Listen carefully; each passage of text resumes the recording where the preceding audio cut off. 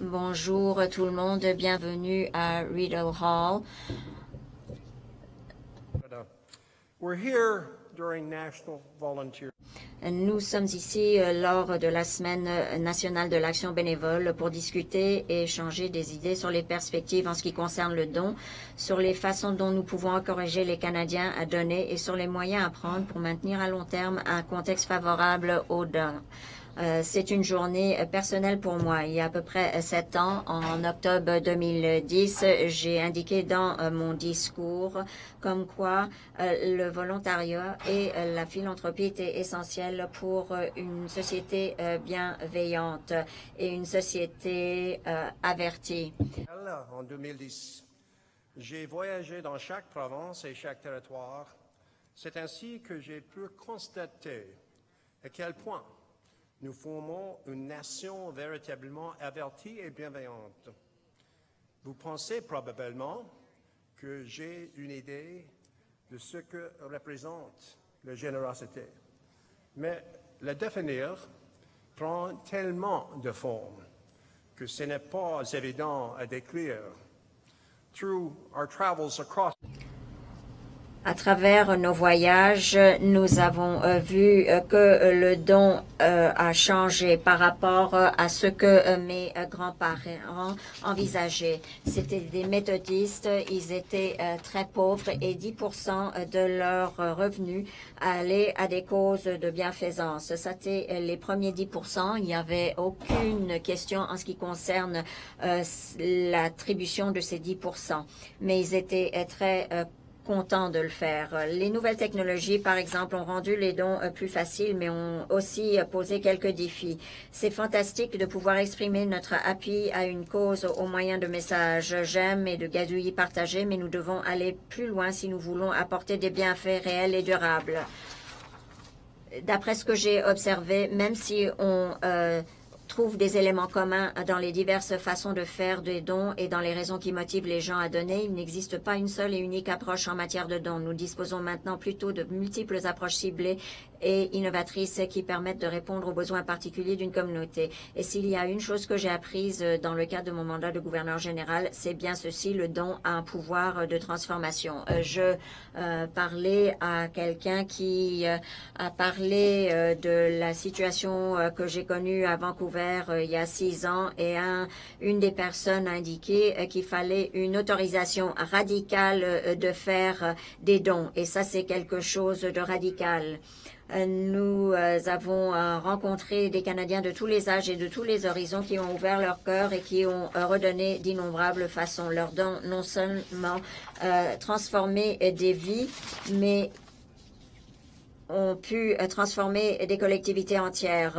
À ce stade, je pourrais raconter l'anecdote de la mère Teresa. Si vous connaissez l'anecdote, vous pouvez demander à votre voisin de table qui a peut-être entendu l'anecdote 25 fois. Mais ça parle de comment on peut changer la culture du pays. Je parle de Fogo Island à Terre-Neuve, Labrador, par l'entremise de la Fondation Shorefast qui contribue à diversifier l'économie de cette collectivité rurale qui, à un moment donné, dépendait presque exclusivement de la pêche à la morue.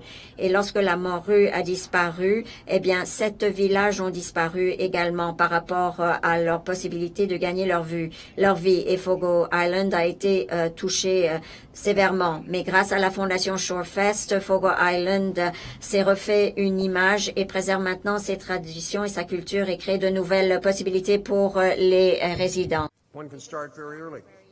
Prenez l'exemple de Hannah Taylor de Winnipeg. Lorsqu'elle avait 5 ans, when she was 5 years old, se demandait pourquoi il y avait des gens affamés, people starving, et sans abri, without shelter. Dans une société, nous avons tant de choses à partager. Elle a décidé, à 5 ans, de passer à l'action et de recruter un groupe de bénévoles et de donateurs. Aujourd'hui, plus de 10 ans plus tard, son organisation, la Fondation Ladybug, the Ladybug Foundation, a aidé à amasser des millions de dollars partout au pays pour financer des refuges et des banques alimentaires avec les bénévoles, volunteers in the hundreds. And so, transformation driven by Alors voilà un bel exemple d'une transformation réalisée pour répondre à un besoin et inspirée par des citoyens et qui profite à toute la collectivité. C'est là le pouvoir de la philanthropie, c'est ça le pouvoir du bénévolat. Mais nous ne pouvons pas nous permettre de reposer sur nos lauriers. Nous avons un défi particulier à relever. Les Canadiens sont généreux, je l'ai constaté, vous l'avez constaté. Nous tenons profondément à nos bonnes causes et nous sommes particulièrement versés dans l'art de donner. Cependant, il y a encore trop peu de Canadiens qui sont activement impliqués. Trop de Canadiens sont de simples observateurs. Trop de Canadiens n'ont pas encore la motivation requise pour donner.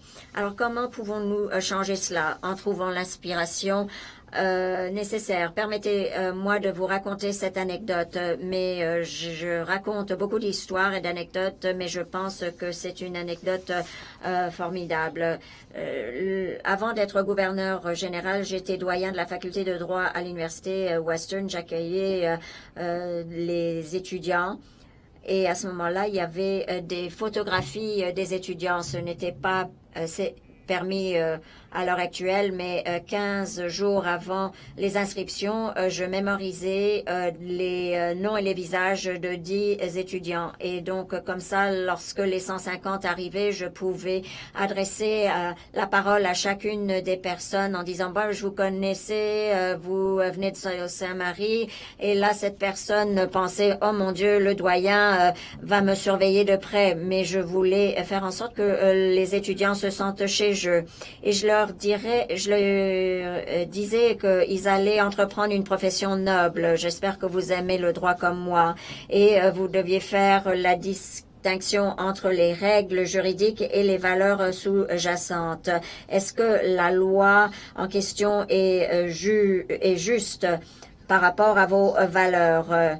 Et puisque vous avez des compétences particulière, je vous encourage à consacrer 10% de votre temps professionnel à des causes bénévoles pro bono. Et par conséquent, vous allez apprécier davantage ce que vous faites à ce niveau-là. Et je peux vous dire que j'ai assisté à des réceptions et un ancien étudiant vient me voir en disant, monsieur le doyen, vous vous souvenez de cette journée où vous nous avez expliqué notre contribution de 10%. Je ne suis pas en mesure de contribuer 10%, mais je contribue 3 ou 4%. Et j'aime faire autant que je fais et je vais essayer d'en faire plus. J'adore cette histoire et j'aime ce qu'elle révèle sur la nature humaine et sur notre expérience du don de soi. Non seulement le fait de donner transforme la vie des autres, mais cela signifie également beaucoup pour nous. Une telle générosité donne lieu à une merveilleuse réciprocité du don, à la création d'un cercle vertueux.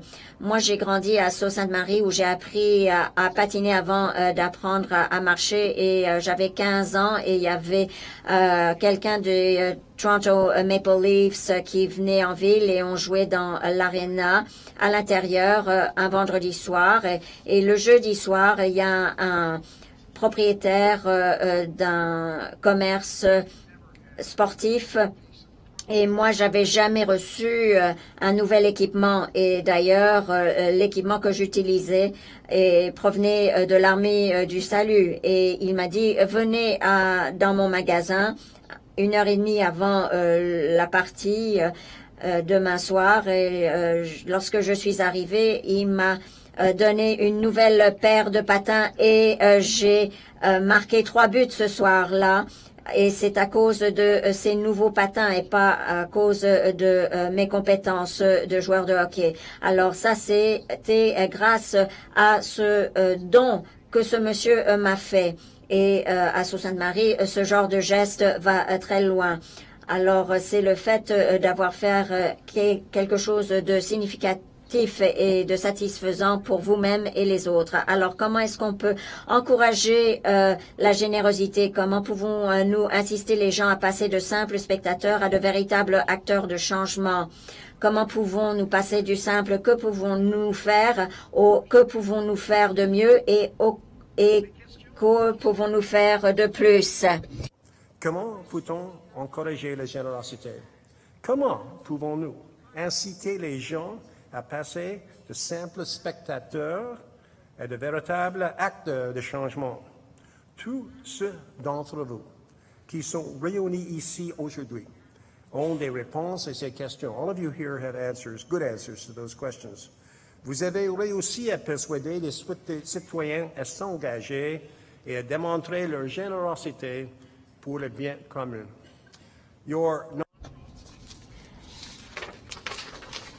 Vous êtes des dirigeants de société, des organismes sans but lucratif, des universitaires et des fonctionnaires et vous êtes réunis ici pour nous aider à renforcer notre culture de don.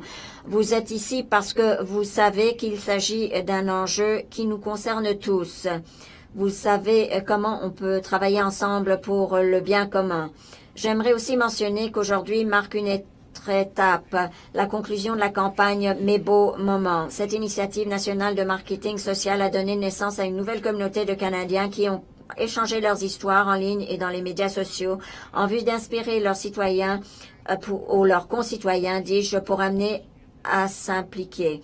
Je remercie sincèrement tous les partenaires qui se sont joints à nous dans cette entreprise, dont un bon nombre se trouvent parmi nous aujourd'hui et qui ont fait partie de notre comité consultatif sur la philanthropie. Et donc, on voulait mettre l'accent sur 4 piliers principaux. Et donc, si on entamait ce cheminement en sachant ce que nous avons appris en cours de route et que nous aurions pu utiliser davantage ce qui provient de ce secrétariat. On aurait peut-être pu faire davantage, mais cela dit, je suis vraiment très fière de ce que nous avons réalisé. Et là, j'aimerais remercier Annabelle de sa contribution. Et à ce moment-là, elle pourra vous expliquer ce que nous avons essayé de réaliser. Alors, où allons-nous maintenant? Nous devons aller plus loin. Nous ne nous contentons pas du statu quo. Nous devrions rechercher une voie encore meilleure, une volonté encore plus forte à l'échelle de nos collectivités et du pays. Nous devons innover et trouver des façons créatives de donner. Le don, après tout, est une forme d'édification de la nation qui met les citoyens à l'avant-plan. Let us mobilize our expertise and our energy in order to encourage a national movement, in order to encourage giving in Canada. Je vous encourage à définir ces secteurs. C'est cela qui est important pour nous, que de réunir les Canadiens, les gens de talent comme vous, pour que l'on puisse apprendre les uns et des autres. Alors, j'ai hâte d'apprendre davantage de votre perspective aujourd'hui. Merci.